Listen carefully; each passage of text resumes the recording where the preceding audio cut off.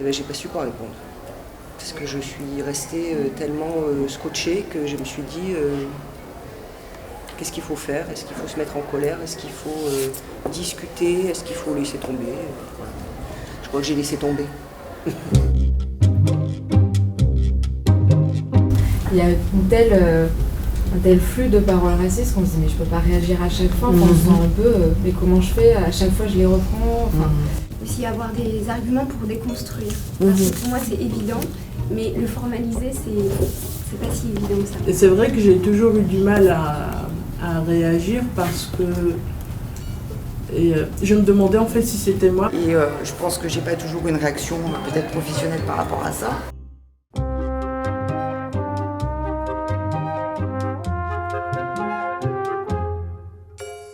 C'est aussi au quotidien les jeunes qui se parlent, oui les noirs sont comme ça, les arabes vous êtes comme ça, les machins, et puis de l'homophobie et des propos religieux extrêmes. Mais je ne sais pas répondre, et est-ce que je dois répondre aussi? On le vit intellectuellement et émotionnellement, je parle pour moi, très mal.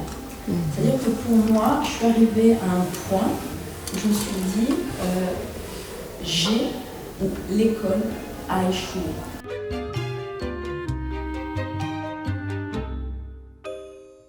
Alors vous allez réfléchir chacun à un jeu que vous aimez et auquel vous avez joué là le week-end dernier. Et ben, tu vois, maîtresse, dans le jeu, moi j'adore, je prends les kalachnikovs, les mitraillettes et je tue les juifs.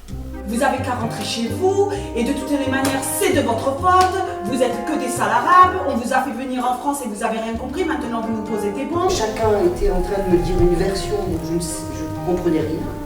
Et je me suis sentie en défaut puisque je ne connaissais pas. mais je ne m'attendais pas du tout à ces histoires justement de complot. Ça a tout cassé mon truc et j'ai fait un cours de mercatique normal quoi après.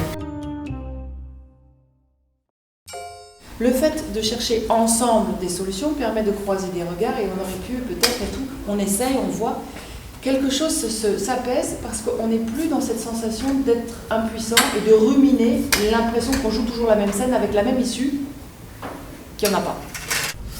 Bonjour. Bonjour, pardon, je ne sers pas la main aux femmes. D'accord, pas de problème. Ça se respecte, écoutez, on va aller dans mon bureau et on va voir l'entretien, comme convenu, pas de souci. D'accord.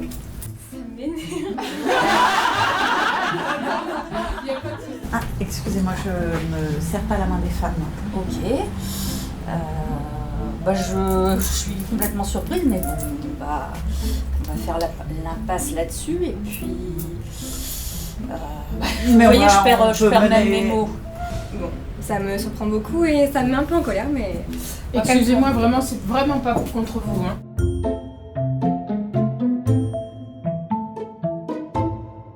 Quand on n'est pas suffisamment entraîné, dès que la situation arrive, on sait ce qu'il faudrait faire, mais là tout de suite je perds un peu mes moyens. Alors que quand on est très entraîné, même si le stress monte, on est capable quelque part de réagir quand même avec des procédures qui sont des procédures calculées avant ou après, ou discutées en commun avec l'équipe.